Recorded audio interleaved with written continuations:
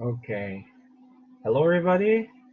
Today I'm going to explain you past models of deduction. All right. So deduction can be used in present and it can be used in the past.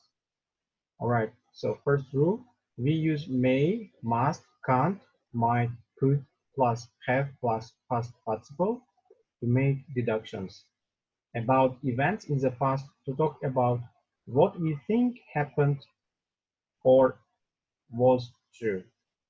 So So you use may, must, can't, might, could, modal verbs plus have plus past participle to make deductions about in the past, so past events. Talk about what we think happened or was true or not true. Here you can see a table, modals of must, can't, couldn't, might, may, could. And you use must when you are almost certain what something happened. So you are almost certain something happened. For example, she must have seen us. She was looking right at us. So you are deducting that she must have seen us or you because she was looking right at you. That's why you are certain or almost certain. All right, now they must have left by now. It's 9:30. So they had told you earlier that they were going to leave at 9:10 or 9:15. Now it's 9:30. That's why you are saying that they must have left by now because it's like 15 minutes left to their due departure. All right, now let's talk about can't and couldn't. You use when you are almost certain something didn't happen. So something didn't happen. So when you are almost certain that something happened, you use must. When you are almost certain something didn't happen, you use can't or couldn't.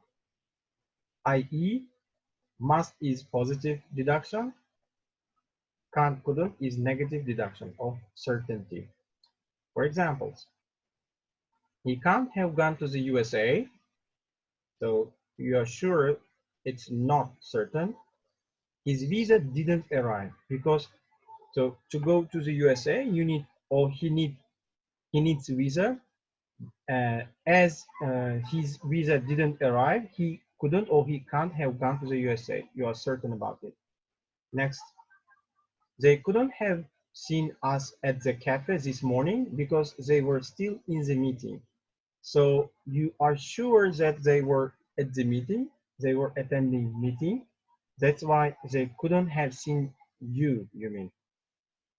Because physically it was impossible. They were at the meeting and you were in a cafe. They couldn't have seen you, or they can't have seen you. Now, couldn't and can't, they can be used interchangeably. They are synonyms. Now let's talk about might, may, could. You use might, may, could when you think something possibly happened. So possibly you are not sure. You're like 50% sure, 50% unsure. For example, we might have made a mistake. It doesn't look right. So you have been trying to do something and it's not working. You see it's not something is wrong there and you say you might have mistake. You might have made a mistake because of that machine is not working, for example. He may not have read the email or he'd be here now. So you are talking about somebody who is usually punctual and you have sent them an email and they haven't arrived yet.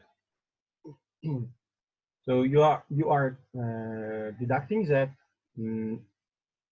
he should have arrived by that time, but he didn't or hadn't arrived. And that's why you're deducting he might not have read the email or have received some letter. Uh, she could have gone home early. Her office is locked. So For example, you are visiting someone in the office. You go to the office and you see that office is locked, and you are deducting that she could have gone home early because you can see the office is locked,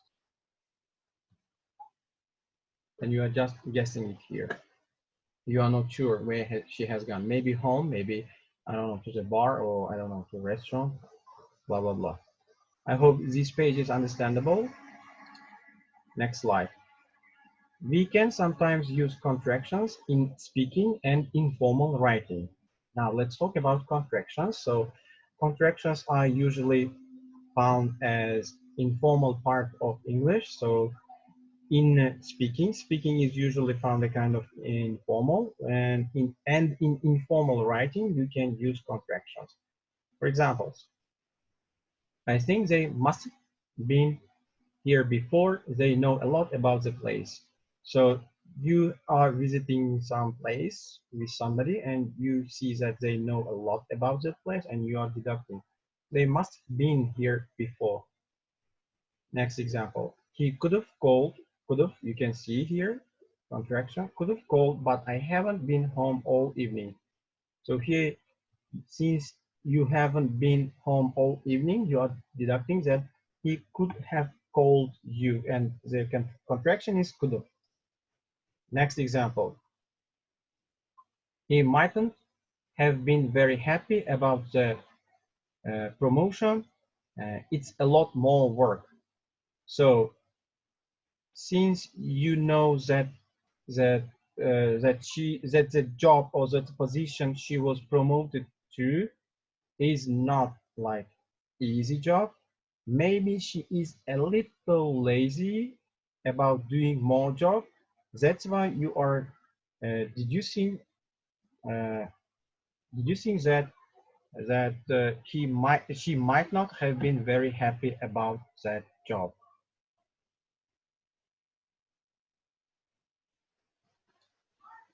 All right, next rule.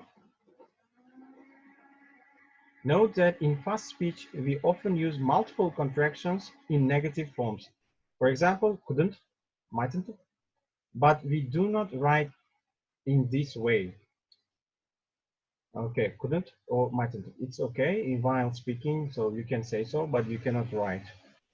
Next rule. Sometimes we use must not have in its full form to show we think something didn't happen or wasn't true. For example, so I must not have understood him correctly.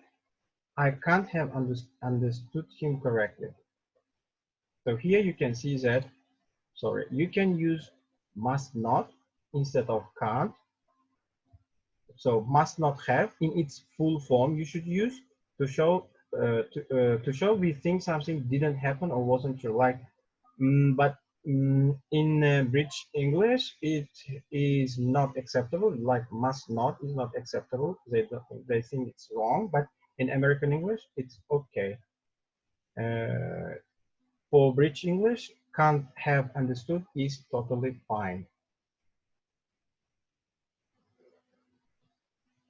Okay. I hope it's understandable. And now there are 6 sentences. You should rewrite the sentences using an appropriate modal verb. And you have some time to do this task.